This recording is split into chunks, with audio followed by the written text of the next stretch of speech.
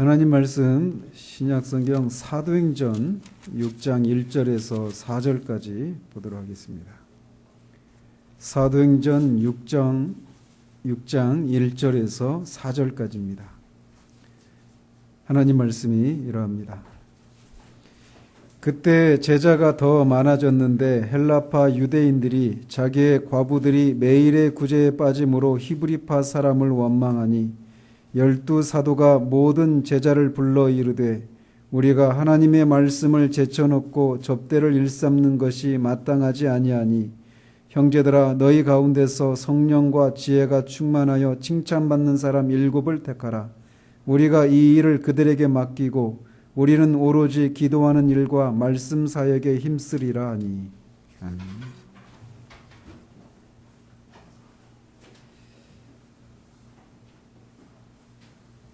오늘은 에베소서를 잠시 건너뛰도록 합니다.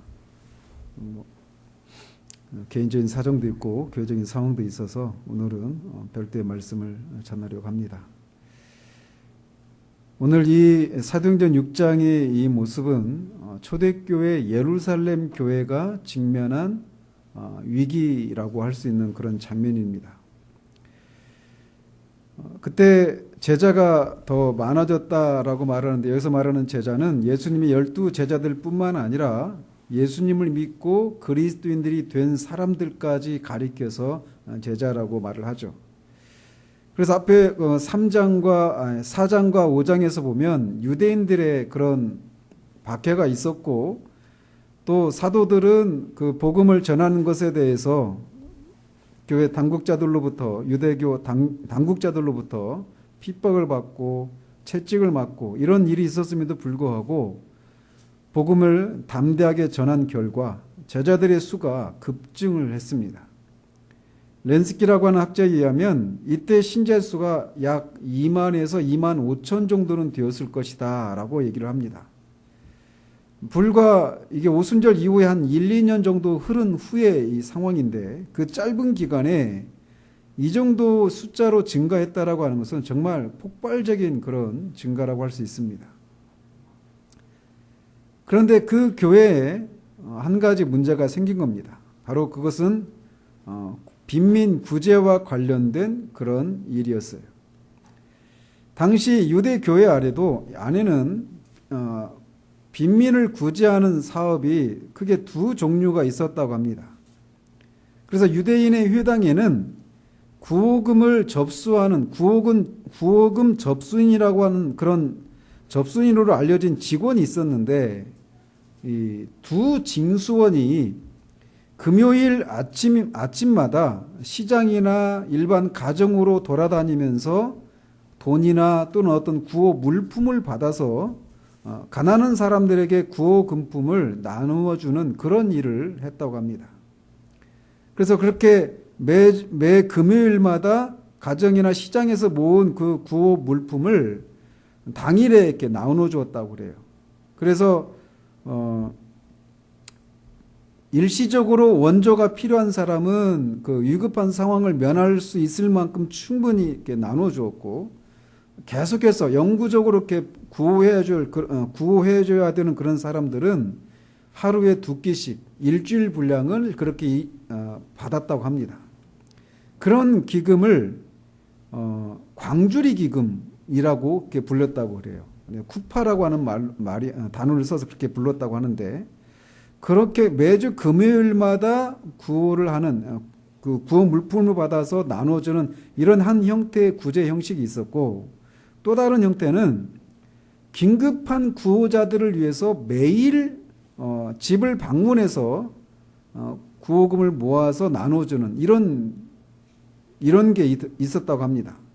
그거는 이제 탐후이라고 하는 말을 써서 쟁반기금으로 이렇게 불렸다고 합니다. 그래서 광주리 기금, 쟁반기금이라고 하는 두 종류의 구제 사업을 통해서 가난한 사람들을 구제하는 일들을 유대 교회에서 했다고 그래요. 그런데 이런 유대인의 전통이 초대교회 예루살렘 교회에도 있었던 것으로 보입니다. 그런데 이 교회 내에 구호 대상자들이 크게 두 부류가 있었는데 히브리파 과부와 헬라파 과부 이 두 그룹이 있었습니다. 히브리파 사람들은 이스라엘 땅에서 출생하고 성장한 유대인들 중에 과부가 된 사람들이고, 헬라파 사람들은 유대인이지만 다른 지역에서 뿔뿔이 흩어져 살고 있는 그런 사람들을 디아스포라 유대인이라고 부르는데, 그 디아스포라 출신의 유대인들이 이제 그런 두 그룹이 교회 내에 있었던 거예요. 그런데 이들이 그렇게 교회로부터 구호 물품을 받았었는데, 헬라파 유대인들이 헬라파 유대인들이 볼 때 헬라파 과부들이 이 구제 사업에서 소홀히 여김을 받고 있는 상황들을 보게 된 겁니다. 아무래도 헬라파 사람과 히브리파 사람이 쓰는 용어도 다르고 문화도 다르기 때문에 아마 자기들끼리 그런 모이고 그런 그룹들이 형성이 되었을 거예요.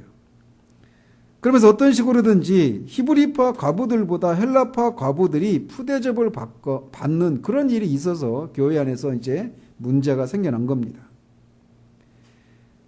아무래도 처음에는 숫자가 그렇게 많지 않았을 당시에는 이 교인들의 필요들을 간단히 채워줄 수 있었겠지만, 숫자가 자꾸 늘어나면서 이 일이 점점 어려움을 겪게 되었던 겁니다. 그러면서 이런 문제가 생겨나는 것에 대해서 이제 피해 당사자들이, 사도들이 이 일에 직접적으로 개입해서 이 문제를 해결해 줘야 되지 않는가라고 하는 그런 원망도 있었던 것으로 보입니다. 그런데 그런 요구들에 대해서 사도가 이런 일들에 자신의 모든 시간과 에너지를 쏟는 것이 합당하지 않다라고 하는 결론을 내린 겁니다. 그러면서 이 일을 집중적으로 할 수 있는, 교회 구제 사업을 하고 교회 재정을 출납하고 그 재정을 통해서 구제를 하는 이런 일들을 할 수 있는 사람들을 세우도록 결정을 하죠. 집사죠, 그게. 그래서 여기에서 우리가 어떤 초대교회 최초로 집사제도에 대해서 어떤 이유로 집사제도가 생겨나게 되었고 집사의 직무는 무엇인가, 이런 내용을 나눌 수도 있겠지만, 오늘은 그 집사 직분에 대한 그런 교리를 살펴보기 위해서가 아니라, 이렇게 이 본문에서 야기된 문제가 어떤 성격을 띤 문제인지, 겉으로 보면 헬라파 과부들이 구제 사업에서 소외되는 것 때문에 생겨난 문제이지만, 그 문제에 대처하는 사도들의 그 태도에서 교회가 무엇인가, 교회는 어떤 곳이어야 하는가라고 하는 근본적인 문제를 우리에게 제시해주고 있기 때문에 그 문제를 집중적으로 살펴보고자 합니다. 사도들은 그런 상황에서 결론적으로 자신들은 기도와 말씀에 전무하겠다, 힘을 쓰겠다라고 말을 합니다. 이 일을 통해서 우리는 교회의 1차적인 임무가 무엇인지를 일깨워주고 있습니다. 몇 달 전에도 교회의 1차적인 임무가 무엇인가, 현실적인 문제에 대해서 어떤 태도를 취해야 되는가, 이런 문제를 에베소서를 통해서 말씀을 드렸는데, 그것과는 좀 또 다른 측면에서 교회의 1차적인 임무가 무엇인가를 이 상황에 대처하는 사도들의 이 대답 속에서 우리는 그것을 찾을 수 있다는 겁니다. 교회는 이 세상에서 무엇을 위해 존재하는 곳일까요? 세상의 어떤 그런 선행을 감당하기 위한 그런 구제기관으로 서 있는 것인가? 이런 질문들에 대한 답이 오늘 이 본문 속에서 우리가 찾아낼 수 있다는 거예요. 지금 이 문제는 교회가 무엇인가에 대한 답을 교회가 스스로 찾아내야 하는 그런 상황인 것입니다. 만약 이때 사도들이 잘못된 길로 들어섰다면 교회는 오늘날까지 살아남지 못했을 것입니다.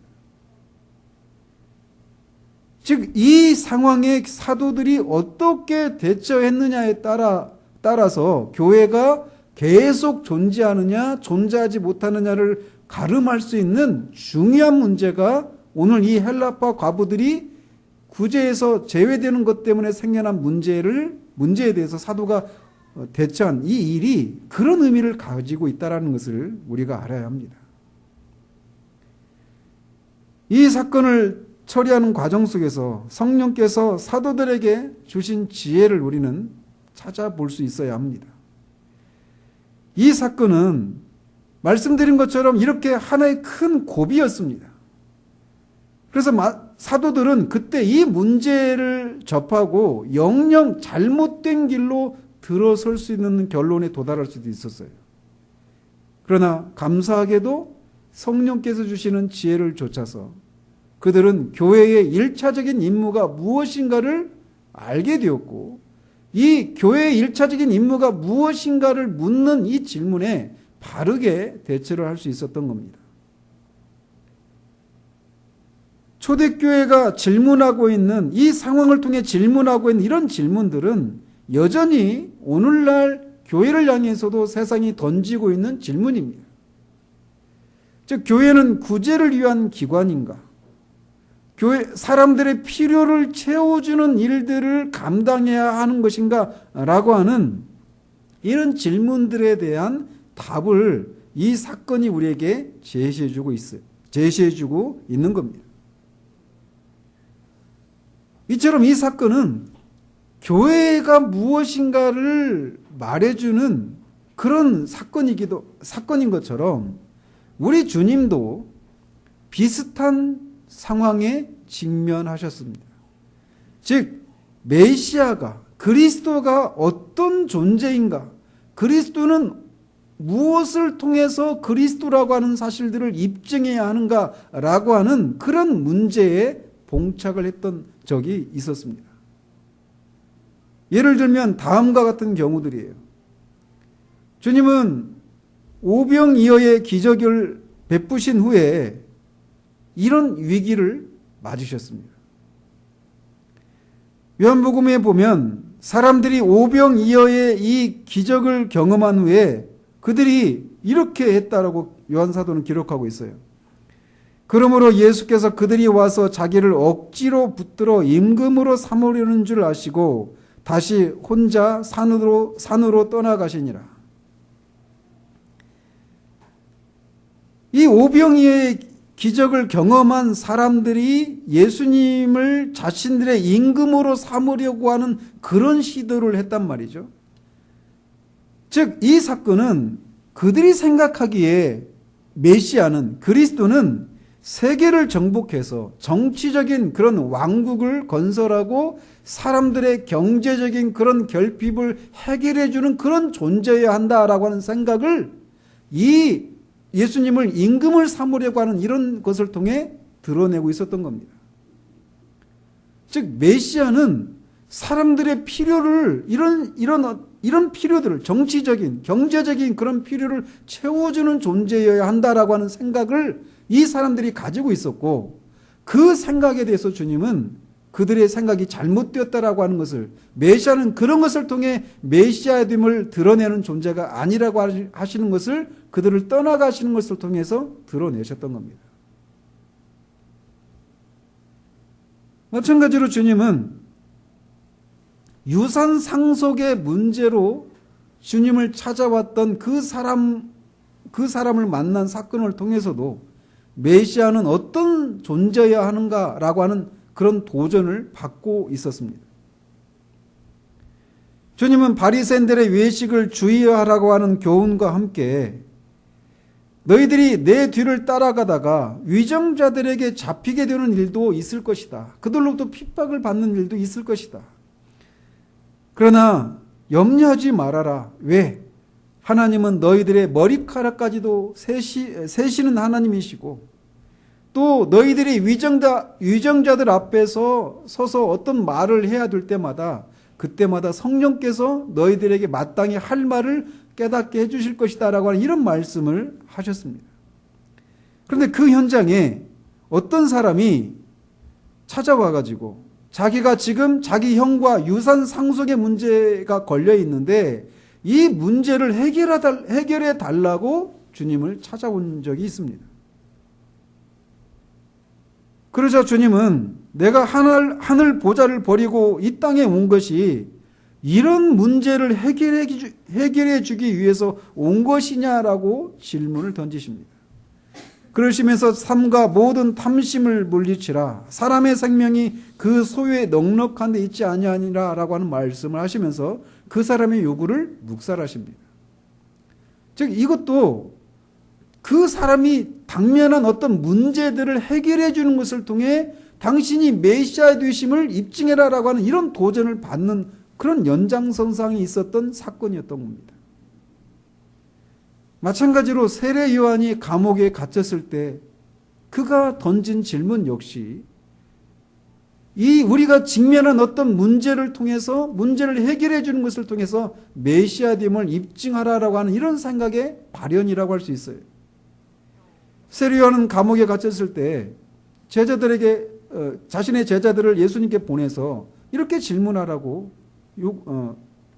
그들에게 그 질문거리들을 주었습니다. 당신이 오실 그입니까? 아니면 우리가 다른 오실 그리스도입니까? 아니면 우리가 다른 사람을 기다려야 합니까? 라고 하는 질문을 그 제자들에게 주어서 예수님께 보냈어요. 즉 그 질문을 통해 내가 이렇게 당신이 하나님의 아들 그리스도이심을 알고 당신을 위해서 복음을 전하다가 이렇게 감옥에 갇혀 있는데 어떻게 당신은 나를 구원해 주시지 않습니까? 라고 하는 일종의 그 영적인 침체 가운데서 나오는 원망이 섞인 그런 질문의 형태였던 거예요.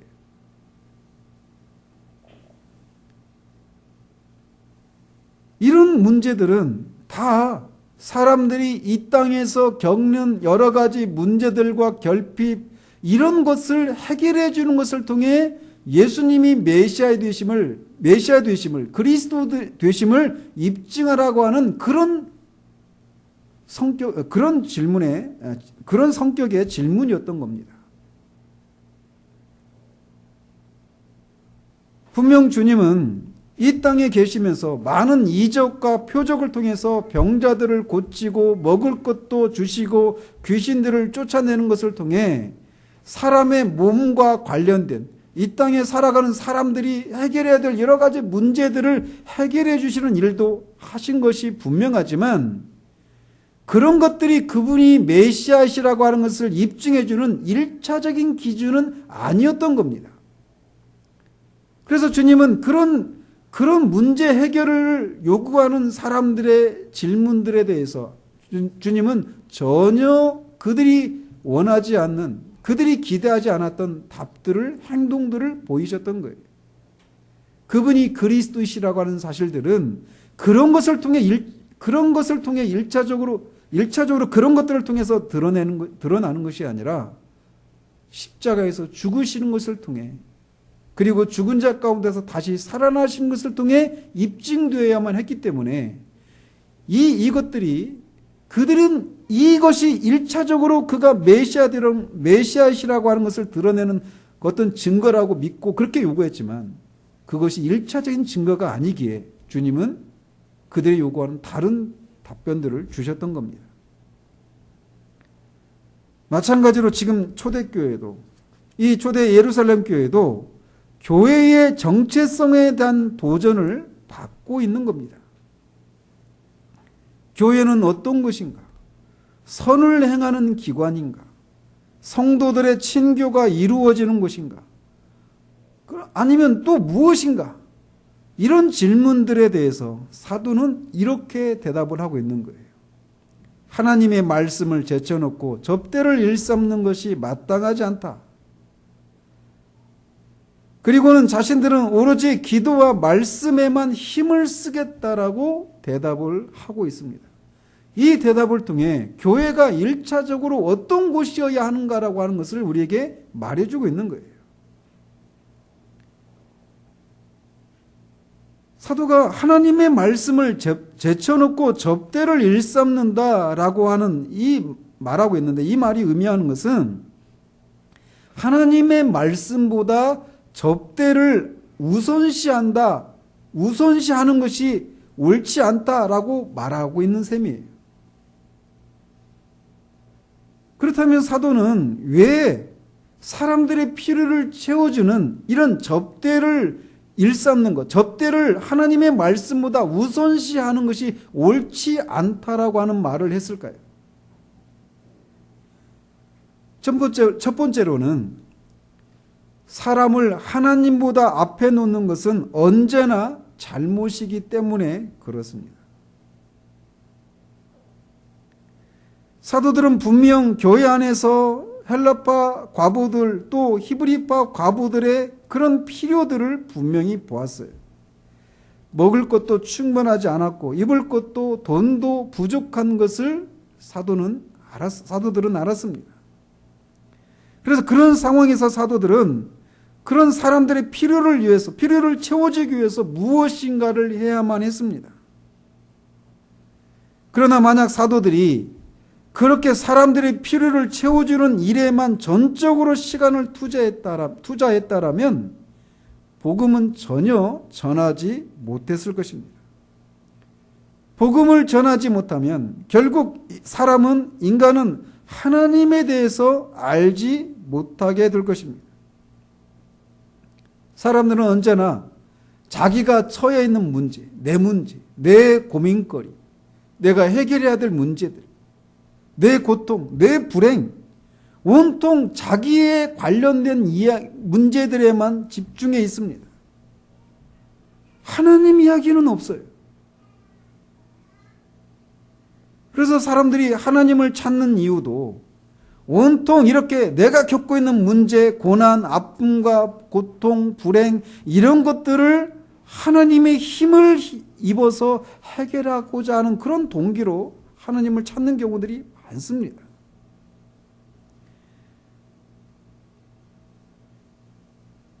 그래서 사람들에게 자신을 포함해서 사람들에게 어떤 필요가 생기면 우리는 내 이웃을 내 몸과 같이 사랑하라 라고 하는 계명을 먼저 떠올립니다. 세상이 교회에게 요구하는 것이 바로 그거예요. 이 세상에 이렇게 많은 사람들이 어려움을 겪고 있고 소외되어 있고 그것 때문에 고통을 받고 있는데 어떻게 그런 것들에 교회는 아무것도 하지 않느냐. 그런 질문과 그것을 하지 않는 교회를 향해서 비난하고 조롱하는 이런 것들을 통해 결국 세상이 교회에 대해서 갖고 있는 생각은 교회는 이런 세상의 필요들을 채워주는 그런 곳이어야 한다라고 하는 생각들을 드러내고 있는 겁니다.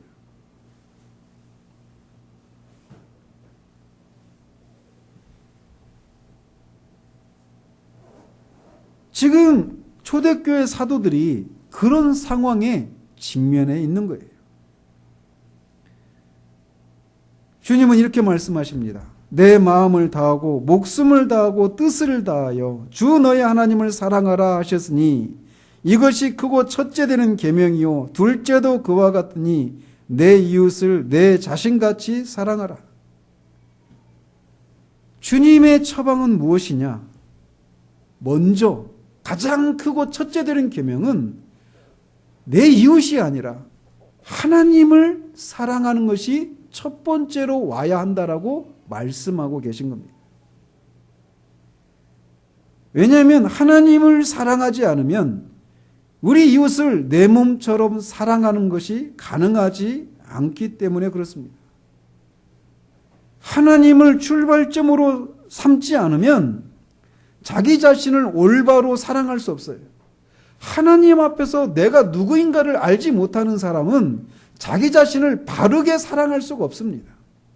내가 하나님의 형상으로 빚어진 귀한 존재라는 사실들을 알지 못하는 사람은 자기가 처한 사회적인 그런 위치들, 내 학력, 내 가정 환경, 내가 어떤 경제적인 상황들 이런 것들을 가지고 내 존재의 가치를 판단한단 말이에요. 하나님 앞에서 내가 누구인가를 알지 못하면 더 나아가서 타락했음에도 불구하고 하나님의 아들을 내어주시기까지 나를 사랑하신 거기에 나타난 하나님의 사랑을 통해 나타나고 있는 나의 가치를 알지 못하는 사람은 자신을 온전히 사랑할 수가 없어요. 그래서 하나님을 먼저 알아야 돼요. 하나님 앞에서 내가 누구인가를 바르게 알 때에만 나를 바르게 사랑할 수 있습니다. 그리고 나를 바르게 사랑하는 사람은 사람이어야만 비로소 다른 이웃을 사랑할 수 있는 거예요. 그래서 우리가 다른 사람의 필요를 채워주는 것, 사람보다 하나님을 앞세워야 할 이유가 바로 여기에 있는 거예요. 그래서 둘째 계명이 첫째 계명보다 앞서서는 안 되는 겁니다. 그렇기 때문에 사도들은 사람을 하나님보다 앞세우는 것은 옳지 않기에 접대를 일삼는 것, 하나님의 말씀을 제쳐두고 접대를 일삼는 것이 옳지 않다라고 하는 답을 했던 겁니다.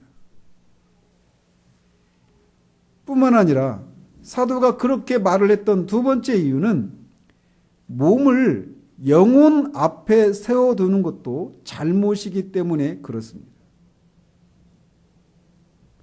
우리는 사람을 하나님 앞에 두어서 하나님에 대해서만 잘못을 범하는 것이 아니라 사람에 대해서도 잘못을 범합니다.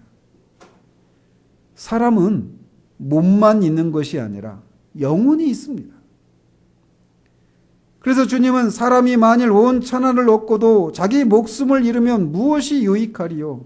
사람이 무엇을 주고 자기 목숨과 바꾸겠느냐라고 말씀하셨습니다. 물론 사람의 몸은 중요합니다.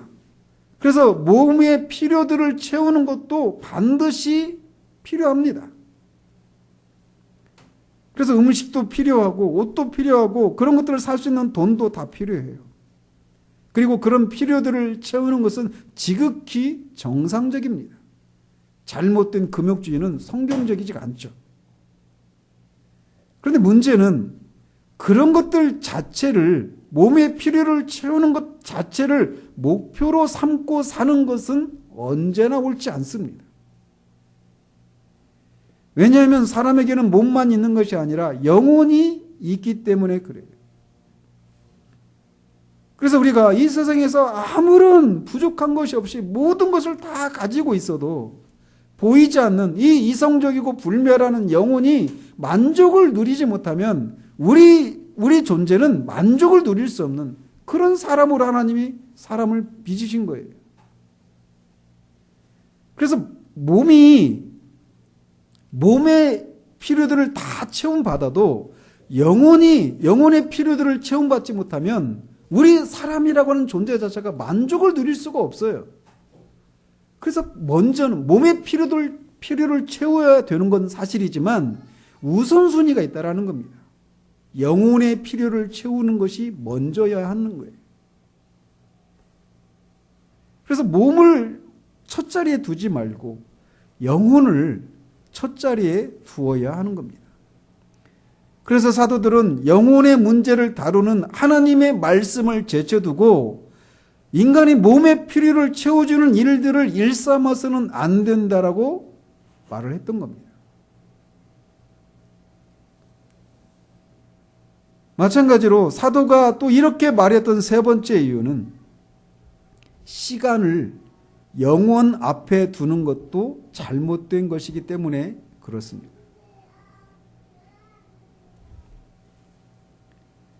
인간의 몸의 필요를 채워주는 것을 영혼의 필요를 채워주는 것보다 앞에 두는 것이 잘못된 것처럼 시간에 속한 일들을 영혼에 속한 일들보다 앞에 두는 것도 잘못이기는 매 한 가지입니다.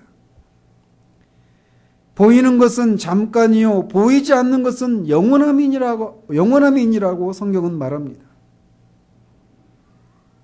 그렇기 때문에 보이는 세상 너머에 영원한 세계에 대한 지식을 전해주는 하나님의 말씀을 제쳐두고 잠깐 머무는 시간 속에 속한 일들을 일삼는 것은 마땅하지 않기 때문에 사도들은 이렇게 답을 했던 겁니다. 이처럼 인간의 가장 큰 필요이자 최고의 필요는 하나님의 말씀을 듣는 겁니다. 그리고 그 하나님의 말씀을 들을 수 있는 곳은 오직 교회뿐입니다.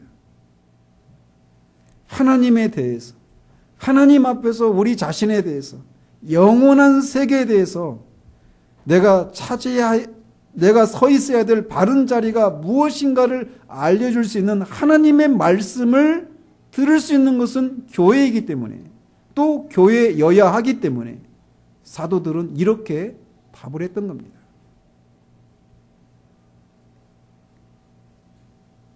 성경은 하나님의 말씀이 들려지지 않게 될 때 초래될 재앙에 대해서 이렇게 경고하십니다. 하나님은 아모스서를 통해서 북이스라엘의 패역한 북이스라엘 향해서 하나님께서 그들의 불순종에 대해서 많은 심판을 하시겠다라고 하는 경고의 말씀을 전하셨어요. 근데 여러분, 하나님이 사람들에게 하시는 심판 중에 가장 큰 심판이 무엇인지 아십니까? 아모스 8장 11절에서 이렇게 말씀하셔요.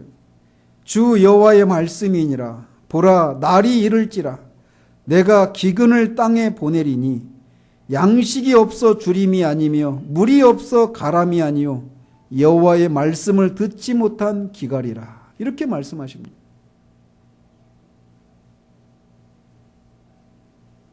사람이 하나님의 말씀을 듣지 못하면 아무것도 남지 않는다라고 하는 점에서 하나님의 말씀을 듣지 못한 데서 생겨나는 영적인 기갈은 최종적인 재앙이라고 할 수 있습니다. 하나님의 말씀을 통해서 하나님에 대해서, 그 하나님 앞에 있는 우리 자신에 대해서, 영원한 세계에 대해서, 우리 영혼에 보이지 않는, 그러나 우리의 실제 우리 안에 있는 그 우리의 영혼이 체험받지 못하는 데서 오는 그 영혼의 영적인 기갈은 사람이 겪는 고통 중에 가장 큰 고통이라고 성경은 우리에게 말해주고 있어요. 여호와의 말씀을 듣지 못한 기갈, 이것은 먹을 것이 없어서 굶주린 것보다, 옷이나 집이 없어서 죽어가는 것보다, 건강을 돌보지 못해서 죽어가는 것보다 훨씬 더 무서운 일입니다.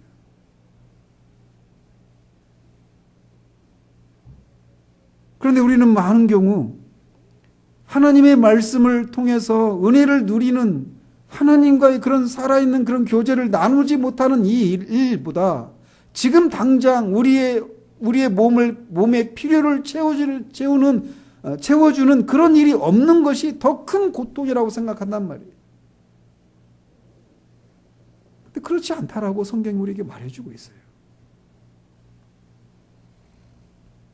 그래서 사도들은 인간의 그런 필요를, 시간에 속한 일들, 몸의 필요를 채워주는 것들, 사람의 요구를 채워주는 것보다 더 중요한 것이 영원한 것들, 영혼과 관련된 것들, 하나님과 관련된 것들이기 때문에 하나님의 말씀을 제쳐두고 접대를 일삼는 것이 옳지 않다라고 말을 했던 겁니다.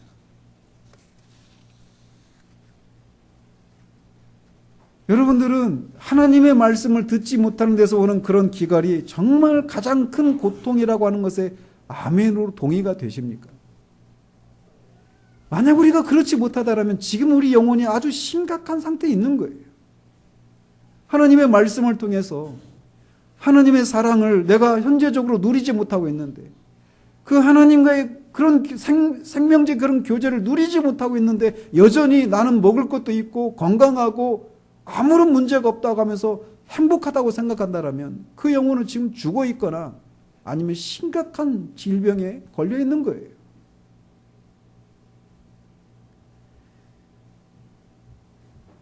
이런 이유들 때문에 사도들은 접대를 일삼는 것보다 하나님의 말씀을 제쳐두고 접대를 일삼는 것이 옳지 않다라고 말을 했던 겁니다.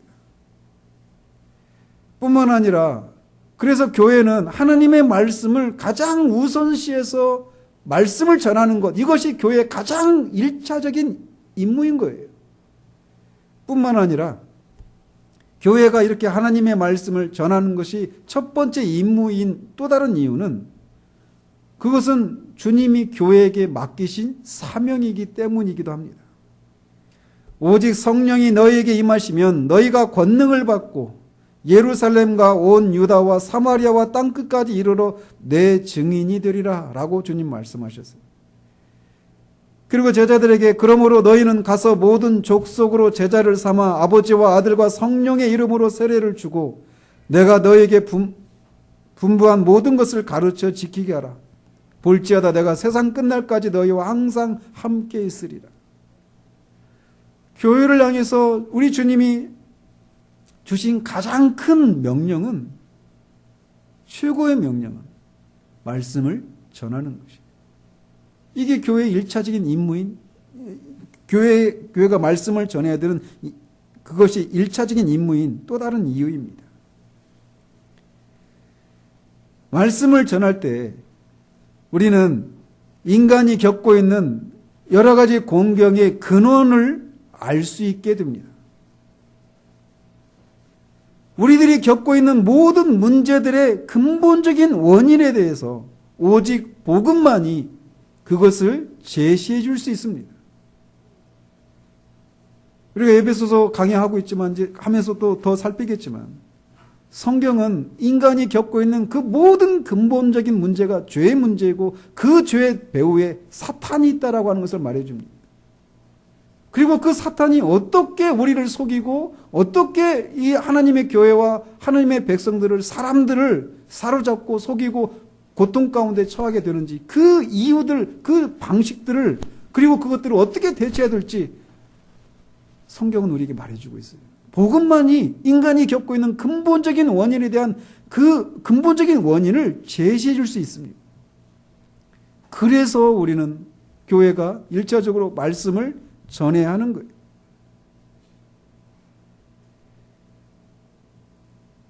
성경은 이렇게 말씀합니다. 시편 107편 19절 20절에 이에 그들이 그들의 고통 때문에 여호와께 부르짖으매 그가 그들의 고통에서 그들을 구원하시되, 이스라엘 백성이 광야에서 여러 가지 고통을 겪고 있을 때마다 막 고통 가운데 하나님께 도움을 구하고 부르짖었어요.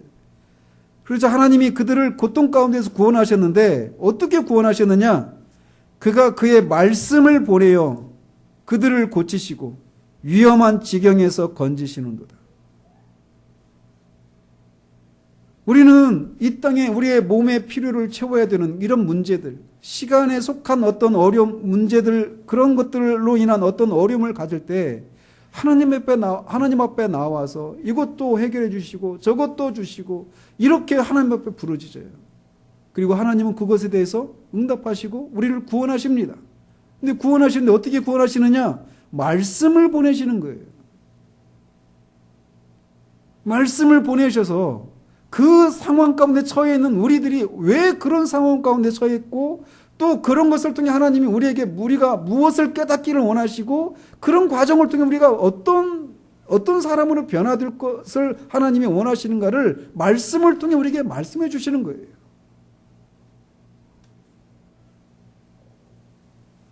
그래서 말씀을 들을 때 우리는 우리가 가지고 있는 문제의 원인들이 무엇이고 그것의 해결책이 무엇인지를 말씀을 통해 듣게 되는 거예요.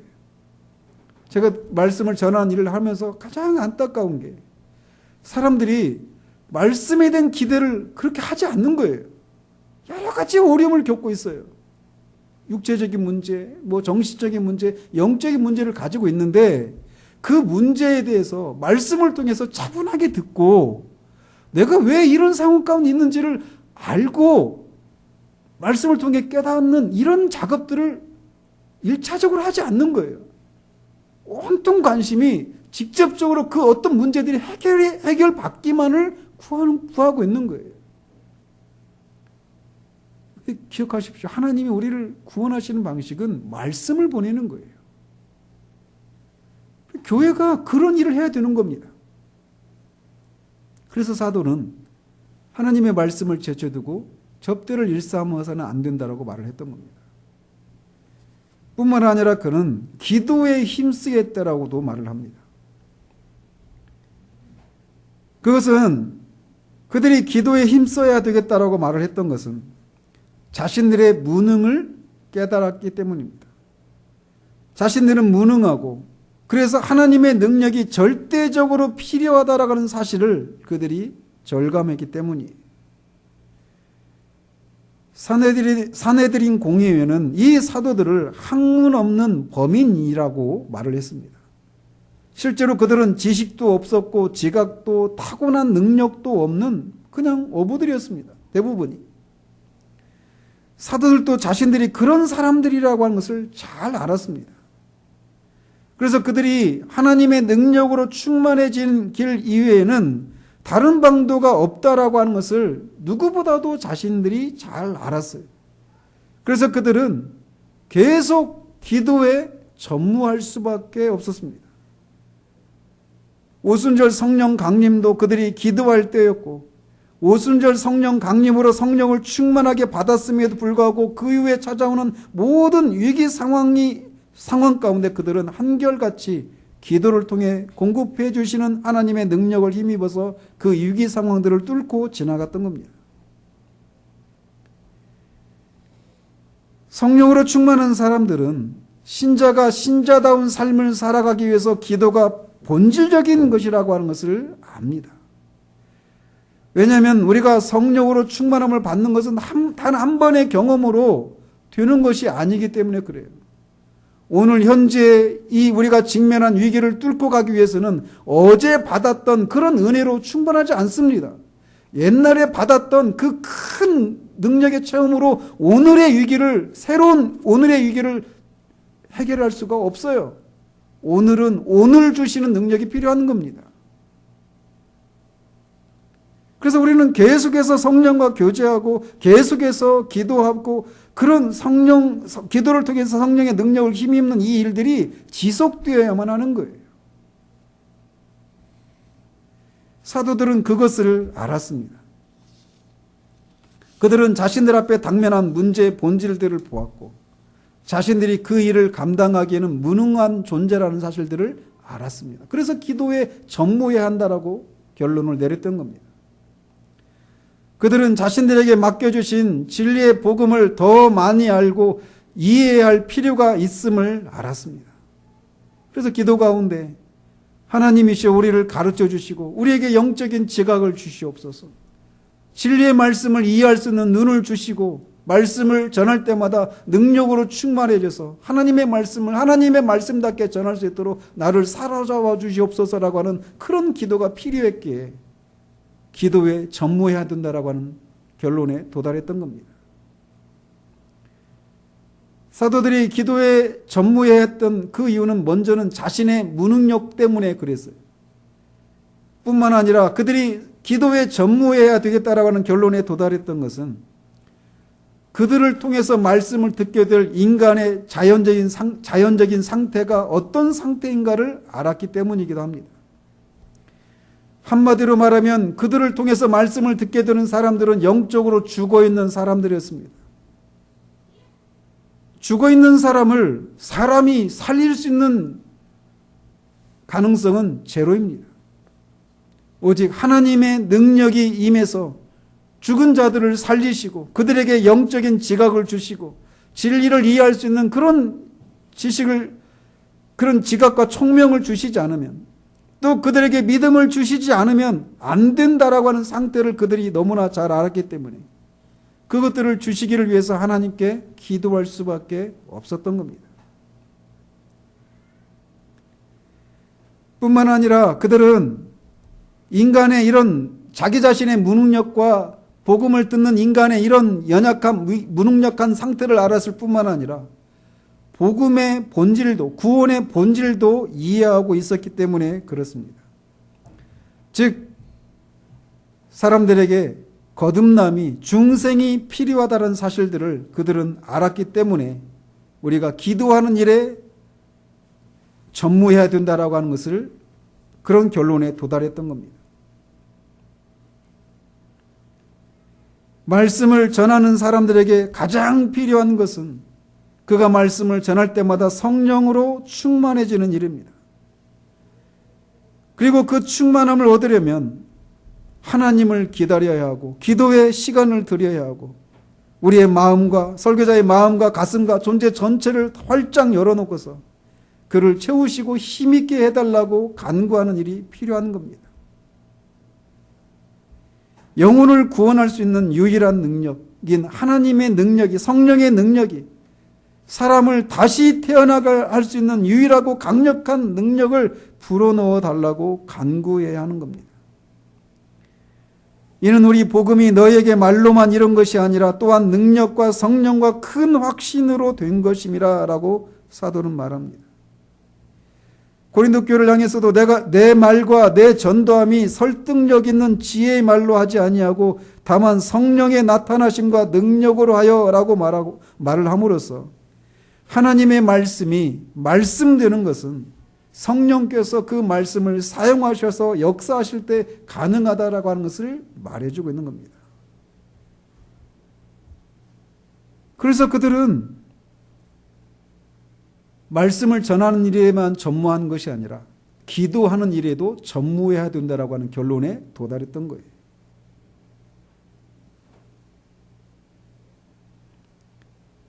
그렇다면 사도들이 이렇게 말씀과 기도와 말씀 전하는 일에 전무하게 됐다, 그런 이유들은 알았어요. 그렇다면 오늘 우리 설교 제목처럼 신자 되기를 포기할 것인가 라고 하는 것과 사도들이 도달한 이 결론과는 어떤 연관이 있을까요? 사도들이 말씀을 전하는 것과 또 기도하는 일에 전무해야 됐던 그 이유들은 단지 그들에게만 해당되는 것이 아니라 신자들인 우리 개인에게도 해당되는 진리이기 때문에 그렇습니다. 방금 전에도 말씀드린 것처럼 초대교회 과부들이 이런저런 문제들에 직면한 것처럼 우리도 이 땅을 살아가면서 많은 문제들을 만나게 됩니다. 그런데 말씀드린 것처럼 그런 문제들에 대해서 하나님은 말씀을 통해서 우리를 그 문제로부터 구원해 주시는 거예요. 그렇기 때문에 말씀을 듣는 것은 굉장히 중요한 일입니다. 치명적으로 중요한 일이에요. 이렇게 말씀을 통해서 여러분이 듣고 있는 이 말씀을 통해서 주님은 여러분에게 말씀하십니다. 아마도 지금도 여러분 어떤 분들은 지금도 저를 통해서 하나님이 여러분에게 말씀하고 계신다는 것을 알고 계신 분이 계실 수 있어요. 그렇기 때문에 말씀을 듣는 것은 너무나 중요한 일이에요. 그런데 우리가 말씀을 들으면서 제가 말씀을 전하는 사람으로서 가장 고통스러운 게 그런 거예요. 말씀을 듣는데 집중하지 않는 겁니다. 자리를 뜬다든지 막 제 속에서는 얼마나 마음이 상하는지 몰라요. 졸고 떠들고 옆 사람과 이야기하고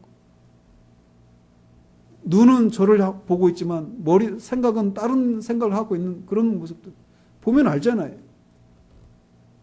이런 모습들을 보면 너무 안타까워요. 왜냐하면 지금 어떤 문제들을 가지고 있는데 그게 영적인 문제든 이 시간에 속한 문제들이든 간에 그 어떤 문제들을 가지고 있는데 말씀을 통해서 하나님이 그 문제들로부터 그들을 구원해 주시기 위해서 말씀을 들을 수 있는 자리에 그들이 와 있는데 정작 말씀을 듣지 않고 있는 이런 모습을 볼 때마다 얼마나 안타까운지 모릅니다. 이런 이유로 사도들이 말씀을 전하는 일에 전무하겠다라고 했던 것처럼 우리가 이 땅을 살아가면서 수없이 많이 만나게 되는 그런 수많은 문제들로부터 하나님의 그런 구원을 경험하기 위해서는 말씀을 듣는 일에 우리가 전무해야 되는 거예요. 이유가 바로 거기에 있는 거예요.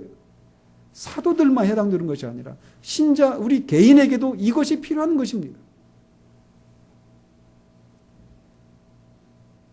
뿐만 아니라 사도들이 기도에 전무해야 된다라고 말을 했는데 그것은 우리들에게도 역시 해당이 되는 거예요.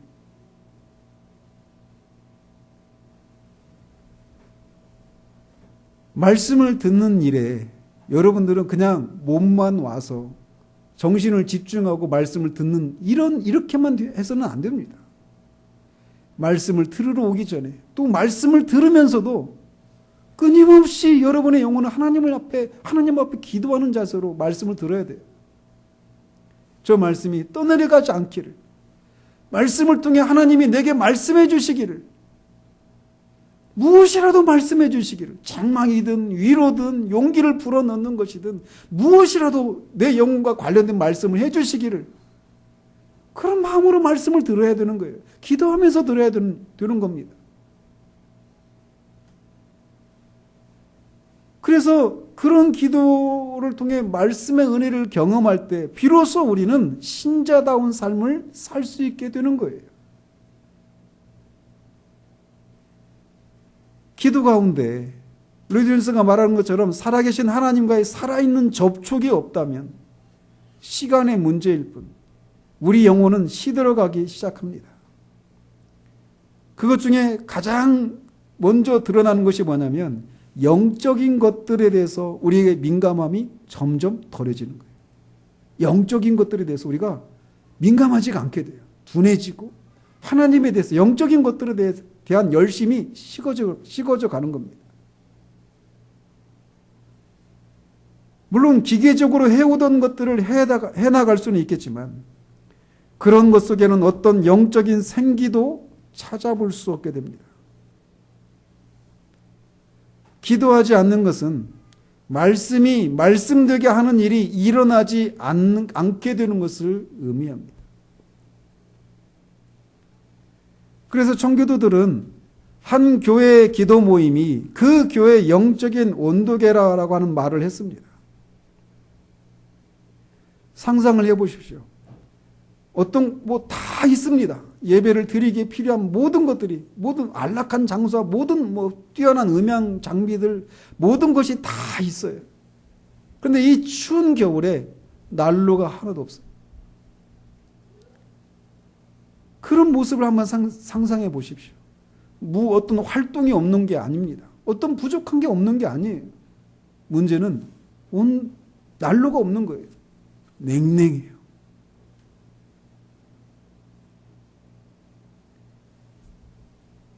그래서 그렇게 난로가 차갑게 식어 있거나 난로가 없어서 실내가 싸늘해지는 것처럼 한 교회의 영적인 온도계인 기도 모임이 차갑게 식어 있다면, 그리고 아예 난로가 없다면 시간의 문제일 뿐 그 교회는 조만간 교회 본연의 임무를 제대로 감당하지 못하게 됩니다. 우리는 진리를 믿는 문제에 있어서 정통이어야 합니다. 그렇지만 정통 그 자체에서 만족해서는 안 됩니다. 정통이 돼 성령의 역사와 능력이 나타나고 그런 은혜로 인해서 살아난 성도들의 살아있는 교제와 기쁨과 살아있음이 있어야 하는 거예요. 이것은 교회에서만 그런 것이 아니라 개인의 차원에서도 적용되어야 할 진리입니다. 그래서 우리가 말씀을 듣는 일에 열심을 내어도 만약 우리가 개인적으로 기도하지 않는다라면 여러분들은 전해지는 말씀이 늘 옳은 소리로만 들릴 뿐 그 이상의 의미로 여러분에게 다가오지 않게 될 것입니다. 우리는 종종 생명의 말씀이라고 하는 표현을 사용합니다. 생명의 특징이 무엇입니까? 생명이 있다라고 하는 것이 무엇인가 밖으로 드러나는 것이 생명이 있다라고 하는 한 가지 표지가 아니겠어요?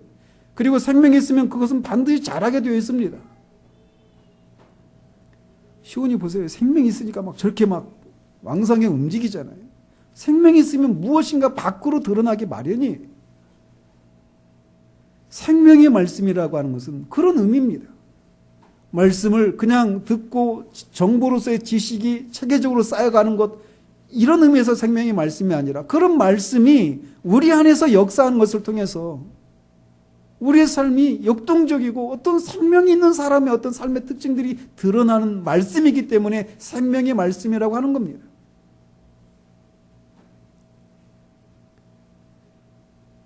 따라서 진짜 생명의 말씀이기 위해서는 성령의 역사하심이 반드시 나타나요. 그리고 그것을 가능하게 하는 것은 기도라고 하는 수단을 통해 가능해지는 겁니다. 그래서 기도를 은혜의 수단이라고 부르는 겁니다. 따라서 만약 여러분이 여러분의 삶의 자리에서 기도하는 삶이 무너져 있다라면 여러분은 스스로 여러분의 영혼에 어떤 문제가 있다라고 하는 것을 알게 될 것입니다. 뭔가 신앙의 형태들은 유지하고는 있지만 뭔가 여러분의 영혼 속에 뭔가 알지 못하는 어떤 공허함과 이건 아닌데 라고 하는 그런 생각들이 여러분의 마음 가운데 있을 거예요. 영적인 것들을 향한 여러분의 감각과 열심이 무디어져 있는 것을 여러분은 알게 될 것입니다. 단지 기도의 형식을 유지하느냐의 문제가 아니라 그걸 넘어서서 로이 존스가 말하는 것처럼 하나님과의 살아있는 접촉이라고 부르는 그런 기도, 그게 없으면 우리는 그렇게 되는 거예요.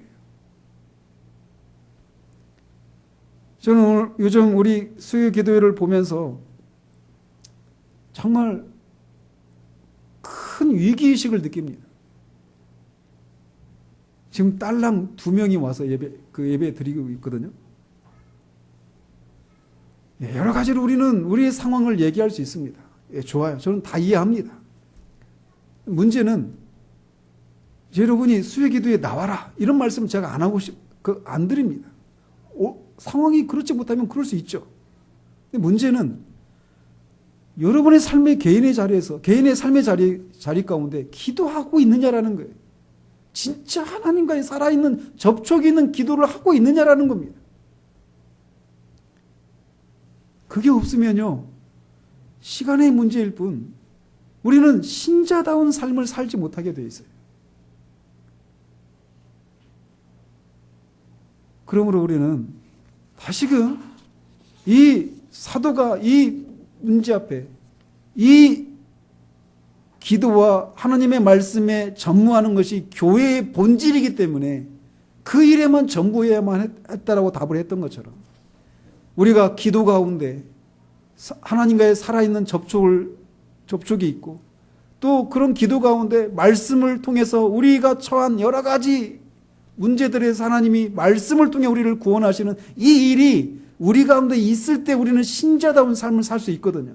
따라서 기도와 하나님의 말씀에 전무하는 것은 신자로서의 삶을 살게 되느냐 살지 못하느냐를 가늠하는 절대적이고 본질적인 문제인 거예요. 그러므로 우리는 사도처럼 우리가 기도와 하나님의 말씀에 전무하는 일을 해야 되겠다라고 하는 결심을 새롭게 해야 됩니다. 설날을 맞아서 제 마음 가운데 있었던 기쁨 중 하나가 무엇이냐면 하나님이 창세기에 나오는 것처럼 넷째 날 해와 달과 별들을 궁창에 두시고 그것들을 통해서 징조와 계절과 날과 해를 이루게 하셨다 이렇게 말씀하시잖아요. 거기 속에 담긴 하나님의 지혜를 생각하면서 마음에 또 다른 그런 기쁨이 있는 거예요. 생각해 보십시오. 만약 하나님이 그런 해와 달과 별, 이런 수많은 별들이 자전과 공전을 통해서 그렇게 계절이 바뀌고 날이 바뀌고 또 달이 바뀌고 해가 바뀌는 이런 일이 없이 그냥 그 자리에 딱 붙박이를 있은 채로 움직이지 않고 그냥 계속 있게 된다면 아마 사람도 어떤 생명체도 살지 못할 거예요. 그런 걸 상상하자면 막 굉장히 이제 확대가 되니까 그런 것 속에서 제가 하나님 앞에 감사했던 것 중에 하나가 뭐냐면 하나님이 그런 것을 통해서 날이 바뀌고 해가 바뀌고 한 이런 것을 주신 것이 참 감사하다 이런 생각을 한 거예요. 우리가 뭐 전자기기나 어떤 프로그램 이런 것들이 고장나고 그러면 뭐 합니까? 새로 세팅하잖아요. 리셋한다고 그러잖아요. 리셋. 만약에 하나님이 그냥 올해가 2020년인데 음력으로 이제 오늘이 1월 2일이잖아요. 근데 이게 그냥 해가 바뀌는 것이 없이 그냥 계속 간다면 혼자 생각을 해보는 거예요. 뭔가 새롭게 어떤 마음을 다지고 어떤 결심을 하고 이럴 기회가 없이 그냥 해온 대로 쭉 가는 겁니다. 중단 없이. 근데 그러지 않고 하나님이 나를 24시간을 쪼개고 또 7일을 나누고 일주일 단위로 또 달을 나누고 여러 달을 모아서 해가 되고 그래서 그 속에서 우리가 실수도 하고 실수도 할 수도 있고 넘어질 수도 있어요. 기도와 말씀에 전무해야 되는데 그러지 못할 수 있어요. 그럼 그걸로 계속 가느냐? 그게 아니라는 겁니다. 다시금 우리가 이전까지 살았던 삶을 리셋하고 다시 새롭게 출발할 수 있는 그런 기회가 우리에게 주어져 있다는 겁니다. 그러므로 우리가 2020년을 맞으면서 다시금 우리가 정직해지십시다. 우리가 하나님 앞에. 나는 기도 가운데 하나님과의 살아있는 접촉이 있는가? 말씀을 들을 때마다 하나님이 내가 처한 여러 가지 상황들에 대해서 하나님이 말씀해 주고 계시는가? 그런 것들이 가능하도록 하기 위한 기도 생활이 내게 있는가? 그렇지 않고 옛날에는 하나님이 끊임없이 말씀을 통해서 내게 말씀해 주셨는데 그리고 기도 가운데 하나님이 나를 만나 주시는 일이 있어서 위로도 얻고 힘도 얻고 그 하나님의 그 달콤한 교제가 주는 그 기쁨을 내가 누리고 정말 살아있는 사람처럼 살았는데 지금은 그렇지 않은 상태 가운데 있는지 정직하게 우리가 돌아봐야 돼요. 만약 지금까지 그랬다라면 우리 다시 리셋하십시다. 다시 출발하십시다. 그래서 정말 다시금 기도 생활을 시작하십시다. 기도의 형식을 갖자는 얘기가 아니라 진짜 기도 가운데 하나님과 살아있는 접촉이 있는 그런 기도 생활을 다시 회복하기를 그리고 말씀을 통해서 하나님이 말씀해 주신 일들이 다시금 우리 가운데 있기를 위해서 개인적으로 성경을 읽을 때든지 경건서적을 읽을 때든지 아니면 여러분이 예배에 나와서 말씀을 들을 때든지 어떤 식으로든지 하나님이 말씀해 주시기를 위해서 기도하고 정말 그래서 정말 예수 믿는 거는 단지 그냥 주일마다 나와서 예배 드리고 기독교적인 삶을 몇 가지 살아가는 것이 전부가 아니라 진짜 살아계신 하나님과 동행하고 그 하나님이 우리의 삶을 이끌어 가시고 모든 환난 가운데서 우리를 건지시는 그런 하나님이신 것을 드러내는 것이 진짜 신앙생활이라고 하는 것을 우리가 입증할 수 있는 그런 삶을 우리가 다시금 살 수 있게 되기를 바랍니다. 다시금 시작하십시다. 기도하겠습니다. 하나님 아버지,